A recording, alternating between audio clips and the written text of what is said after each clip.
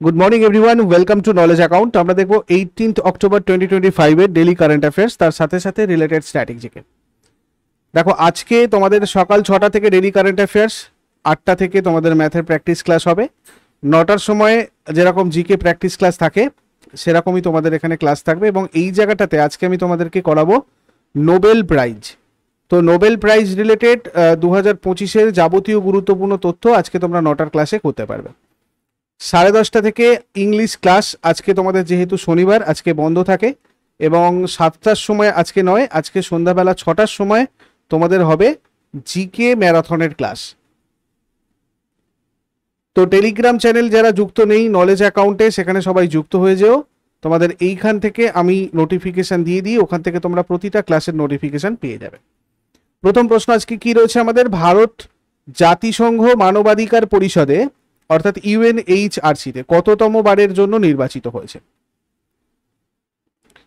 7ম বারের জন্য নির্বাচিত হয়েছে। দেখো, জাতিসংঘ মানবাধিকার পরিষদ ইউএনএইচআরসি 2026 থেকে 28 এই 3 বছরের মেয়াদে 2026 থেকে স্টার্ট করে 2028 পর্যন্ত ভারত নিযুক্ত নির্বাচিত হয়েছে। নির্বাচনের ধরন হচ্ছে এখানে অপ্রতিদ্বন্দ্বী নির্বাচন, আনঅপোজড।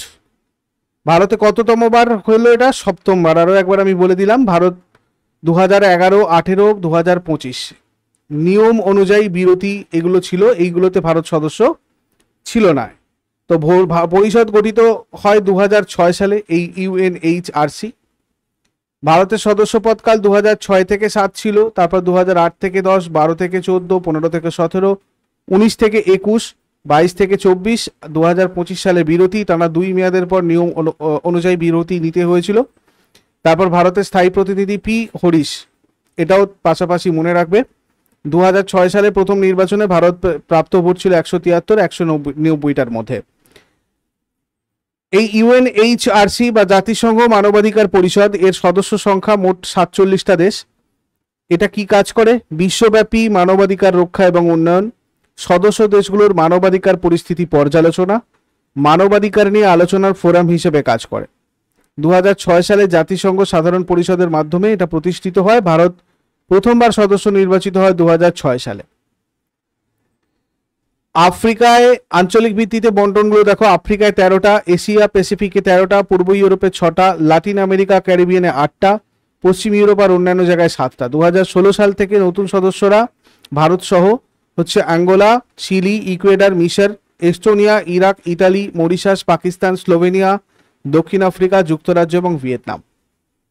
আচ্ছা, মান্থলি বা ইয়ারলি কারেন্ট অ্যাফেয়ার্সের পিডিএফ বা কারেন্ট অ্যাফেয়ার্সের মক টেস্ট এগুলো তোমরা যদি পেতে চাও, সেক্ষেত্রে তোমরা নলেজ অ্যাকাউন্ট অফিসিয়াল অ্যাপের ইবুক সেকশন বা মক টেস্ট সেকশন এগুলোকে ভিজিট করতে পারো। এখানে তোমাদের এগুলো সমস্তটাই রয়েছে। বাকি বর্তমানে নলেজ অ্যাকাউন্ট অফিসিয়ালে WBSSC group C, group D combo batch এর ফাউন্ডেশন ব্যাচের সাথে সাথে এখানে প্র্যাকটিস ব্যাচও তোমাদের স্টার্ট হচ্ছে, এবং নতুন করে তোমরা এই প্র্যাকটিস ব্যাচটাও করতে পারবে। এটাতে 27 অক্টোবর থেকে তোমাদের ক্লাস স্টার্ট হবে। উইকলি 2টো করে তোমরা মক টেস্ট দিতে পারবে, এবং অলরেডি এখানে তোমাদের সমস্ত সাবজেক্টের চ্যাপ্টার ওয়াইজ টেস্ট কিন্তু দেওয়া রয়েছে।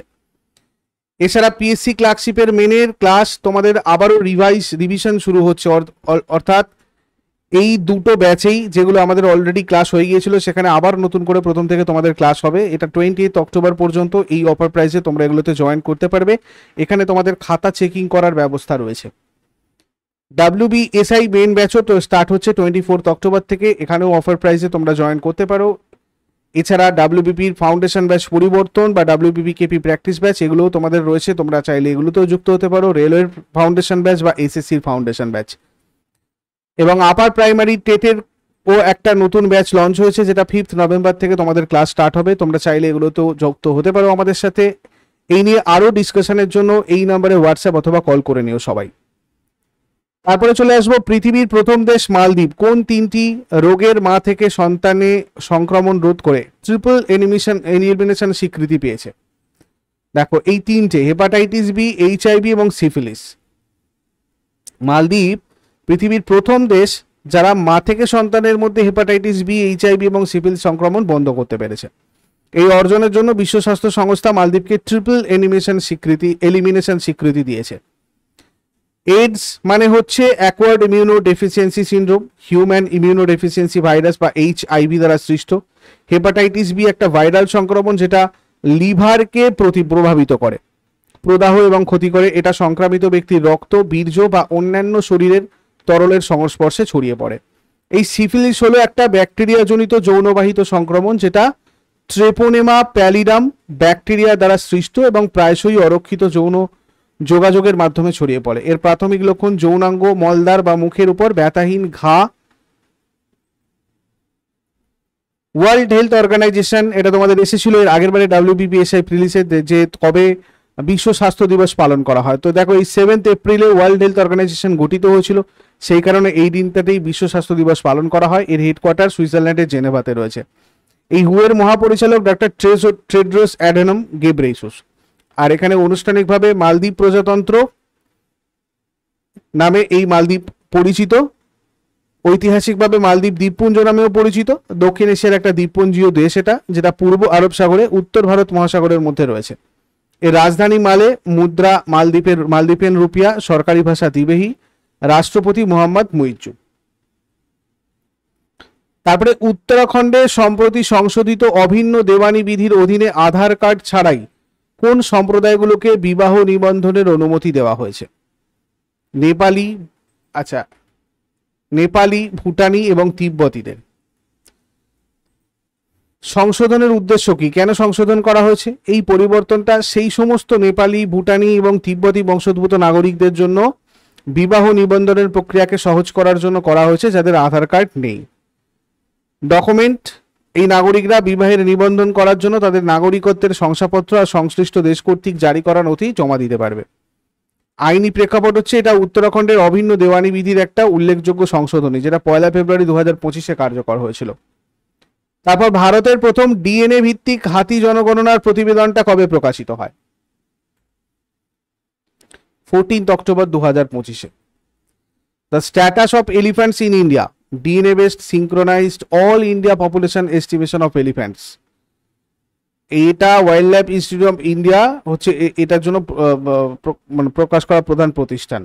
ডিএনএ ভিত্তিক মার্ক রিক্যাপচার পদ্ধতি, যেটা আগে ভিজুয়াল বা গোবর নির্ভর পদ্ধতির চেয়ে বেশি বৈজ্ঞানিক এবং নির্ভরযোগ্য।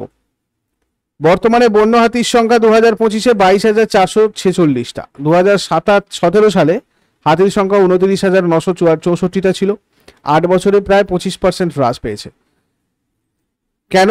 বনভূমির সংকোচন, মানুষের সাথে সংঘর্ষ, এই কারণে। মনে রাখবে প্রজেক্ট এলিফ্যান্ট চালু হয়েছিল 1992-তে হাতি আর তাদের করিডোর রক্ষার জন্য। রাজ্যভিত্তিক বন্য হাতির সংখ্যাটাও আমি এখানে দিয়েছি, দেখো এখানে সব থেকে বেশি রয়েছে হচ্ছে তোমার কর্ণাটকে, আর সব থেকে কম মহারাষ্ট্রে রয়েছে। INROKN নৌমহড়াটা, নৌমহড়া, এটা কোন দুটো দেশের মধ্যে অনুষ্ঠিত হচ্ছে? এটা হচ্ছে তোমার ভারত আর দক্ষিণ কোরিয়ার মধ্যে। মানে ইন্ডিয়ান নেভি, আর রক মানে রিপাবলিক অফ কোরিয়া নেভি আর কি। প্রথম দ্বিপাক্ষিক নৌমহড়া, এটা bilateral naval exercise between India and মানে হচ্ছে তোমার কোরিয়া। বুসানে হচ্ছে দক্ষিণ কোরিয়ার বুসানে হচ্ছে নেভাল বেসে। ভারতের প্রতিনিধিত্ব করছে INS সহ্যাদ্রি, আর দক্ষিণ কোরিয়ার প্রতিনিধিত্ব করছে রক্স গিয়োগাম। এই মহড়ার দুটো ধাপ রয়েছে, একটা হারবার ফেজে হবে বন্দর ধাপ, ক্রস ডেক সফর, প্রশিক্ষণ, ক্রীড়া আর আলোচনা এখানে হবে, আর সি ফেজ হবে একটা, যেখানে যৌথ নৌ চলাচল এবং যুদ্ধাভ্যাস হবে। INS সহ্যাদ্রি ভারতীয় নির্মিত Shivalik class guided missile stealth frigate, একটা 2012 সালে কমিশন হয়েছিল। 2025 সালের বিশ্ব ছাত্র দিবসের থিম কি? Empowering students as agents of innovation and change.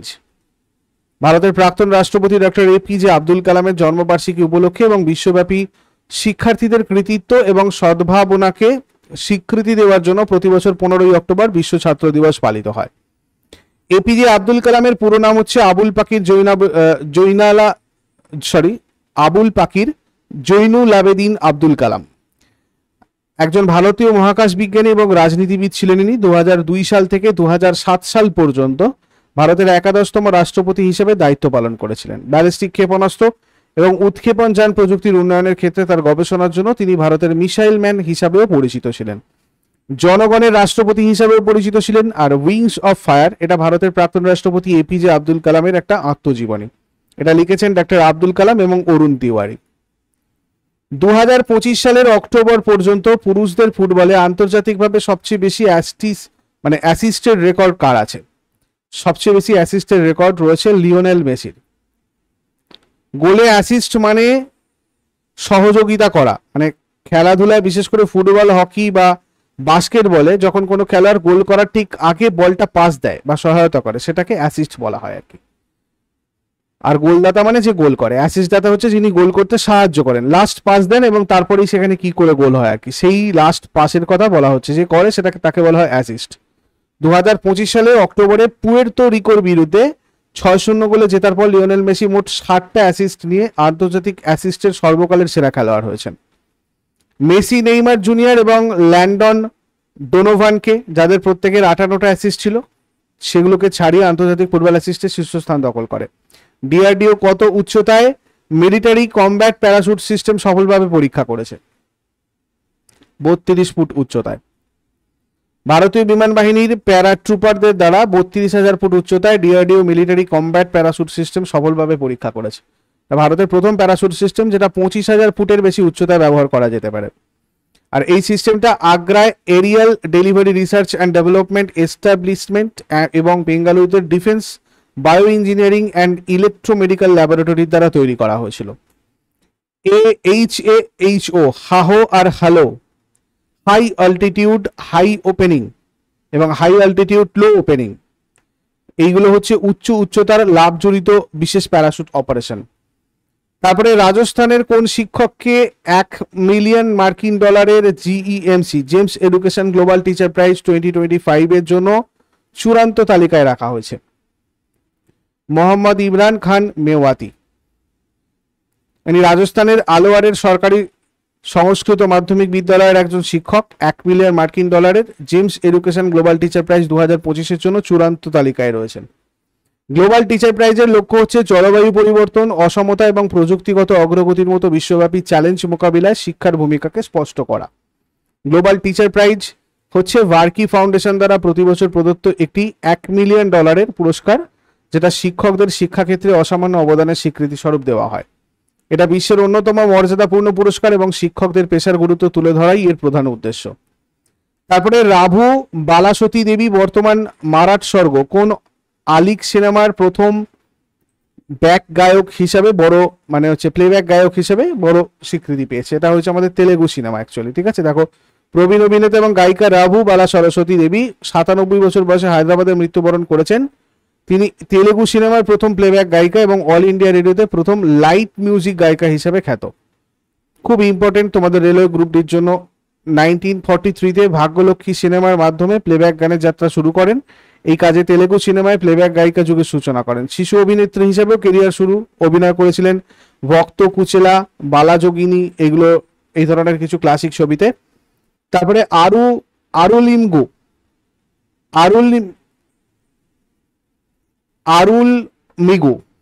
Arulmigu একাম্বার নাথার মন্দিরটা কোথায় রয়েছে? আরুলমিগু একাম্বার নাথার মন্দির রয়েছে হচ্ছে তোমার কাঞ্চিপুরমে। তো এটা কাঞ্চিপুরম মানে তামিলনাড়ুর কাঞ্চিপুরমে রয়েছে আরুলমিগুটা। এই মন্দিরের কুম্ভাভিষেক 8ই ডিসেম্বর 2025 হবে, 17 বছর পর। তো নিউজে রয়েছে, জেনে রাখবে এটা। মন্দিরটা 1300 বছরের পুরানো এবং শিবের উদ্দেশ্যে উৎসর্গিত, দ্রাবিড়ীয় শৈলীতে নির্মিত এবং এই মন্দিরের গোপুরম খুব উঁচু। 34টা সংস্কার কাজের জন্য অনুষ্ঠান 12 বছরের প্রথাগত চক্রের পরেও বিলম্বিত হয়েছে। সংস্কারের খরচ হয়েছে 28 কোটি টাকা। এই মন্দিরটা মূলত পাণ্ড্য রাজবংশ কর্তৃক নির্মিত হয়েছিল 12 শতাব্দীতে। 2025 সালে মশলা ও রন্ধন সম্পর্কীয় ভেষজ সংক্রান্ত কোডেক্স কমিটির 8ম অধিবেশন কোথায় অনুষ্ঠিত হয়েছিল? এটা হয়েছিল হচ্ছে তোমার গুয়াহাটিতে। আসামের গুয়াহাটিতে মশলা আর রন্ধনশালা সংক্রান্ত কোডেক্স কমিটির 8ম অধিবেশন শুরু হয়েছে, যেটা বিশ্বব্যাপী মশলার মান নির্ধারণে ভারতের নেতৃত্বকে আরো শক্তিশালী করে। বাণিজ্য ও শিল্প মন্ত্রণালয়ের অধীনে মশলা বোর্ড কর্তৃক আয়োজিত এই অনুষ্ঠানে 27টা দেশের 81 জন প্রতিনিধি একত্রিত হয়ে মশলা আর রন্ধনশালা সংক্রান্ত আন্তর্জাতিক মান নিয়ে আলোচনা করেন। ভারতের উদ্যোগে 2013 সালে প্রতিষ্ঠিত। মশলা রন্ধনশালা সংক্রান্ত কোডেক্স কমিটি এফএও এবং হুয়ের কোডেক্স অ্যালিমেন্টেরিয়াস কমিশনের অধীনে কাজ করে। ভারত তার মশলা বোর্ডের মাধ্যমে এর সচিবালয় হিসেবে কাজ করে। এর আগের দিন হোমওয়ার্ক দেখে নাও। প্রথম লোকসভার প্রথম speaker Ganesh Vasudev Mavalankar. Abraham Lincoln ছিলেন মার্কিন যুক্তরাষ্ট্রের 16তম প্রেসিডেন্ট বা রাষ্ট্রপতি। আর আজকে তোমাদের জন্য প্রশ্ন থাকবে, মনমোহন সিং কততম প্রধানমন্ত্রী ছিলেন? আর India's export trends and prospects for self sustain growth এই বইটার লেখককে? শেষকালে কমেন্টে জানাও। চট করে আগের দিনের গুলো কুইক রিভাইজ করে নেব। যারা যারা লাইভে রয়েছে অ্যান্সার করার চেষ্টা করো। 17 অক্টোবর 2025 এর কোয়েশ্চেন্স কি ছিল? ভারতে প্রথমবারের মতো 11th এশিয়ান অ্যাকোয়াটিক্স চ্যাম্পিয়নশিপ কোন শহরে অনুষ্ঠিত হয়েছে? আহমেদাবাদ। কোন রাজ্য সরকার প্রতিবন্ধী ব্যক্তিদের সহায়তার জন্য প্রতিটি বিভাগীয় সদর দপ্তরে দিব্যাঙ্গ পুনর্বাসন কেন্দ্র স্থাপনের সিদ্ধান্ত নিয়েছে? উত্তরপ্রদেশ। রিজার্ভ ব্যাংকের সেপ্টেম্বর 2025 সালের বুলেটিন ইউপিআই লেনদেনের দিক থেকে ভারতের কোন রাজ্য শীর্ষে উঠে এসেছে? তেলেঙ্গানা। 6 অক্টোবর 2025 তারিখ থেকে আন্তর্জাতিক মুদ্রা তহবিলের প্রথম ডেপুটি ম্যানেজিং ডিরেক্টর হিসেবে কাকে নিযুক্ত করা হয়েছে? ডান কাজ। কোন কোম্পানি ব্যবসার জন্য ভারতের প্রথম ই রুপি ভাউচার ইস্যু প্ল্যাটফর্ম চালু করেছে? কোটোপে। 2026 সালে বিশ্বের প্রথম multi sensor earth observation satellite mission দৃষ্টি উৎক্ষেপণ করতে চলেছে কোন ভারতীয় মহাকাশ প্রযুক্তি স্টার্টআপ? গ্যালাক্সাই। কোন সংস্থা ভারতের নীল অর্থনীতি, গভীর সমুদ্র এবং উপকূলীয় মৎস্য সম্পদের ব্যবহার বৃদ্ধির কৌশল শীর্ষক প্রতিবেদনটা প্রকাশ করেছে? নীতি আয়োগ। 2025 সালের হোমেবেল সংহিতা হরিণী কুমার অ্যালুমনি কৃষি মিডিয়া অ্যাওয়ার্ড কে পেয়েছেন? অমসি প্রসন্ন কুমার। এফআইসিসিআই এর 2025-26 মেয়াদের জন্য কাকে প্রেসিডেন্ট নির্বাচিত করা হয়েছে আর কি? প্রেসিডেন্ট হিসাবে নির্বাচিত করা হয়েছে? অনন্ত গোয়েঙ্কা। ফেয়ার সে ফুরসত এই স্কিমটা কোন সংস্থা চালু করেছে? Alliance air. বিশ্বাস স্কিমের মূল উদ্দেশ্য কি? মামলা কমানো আর জরিমানার হার যৌক্তিক করা। কোন সংস্থা জাতীয় গৃহস্থলী আয় জরিপ 2026 পরিচালনা করছে, যার লক্ষ্য ভারত জুড়ে পরিবারের আয়, ব্যয়ের ধরন এবং জীবনযাত্রার অবস্থার উপর বিস্তৃত তথ্য সংগ্রহ করা? National statistics office. এগুলো ছিল তোমাদের আগের দিনের কোয়েশ্চেন। ইউজফুল বলে মনে হলে অবশ্যই লাইক করো, বন্ধুদের সাথে শেয়ার করো, কমেন্ট করে ফিডব্যাক জানাও। আর প্রতিদিন সকাল 6টার সময় ডেইলি কারেন্ট অ্যাফেয়ার্সের আপডেটের জন্য নলেজ অ্যাকাউন্টকে সাবস্ক্রাইব করে বেল আইকন প্রেস করে অলে ক্লিক করে নাও। Thank you so much. Take care. Have a great day.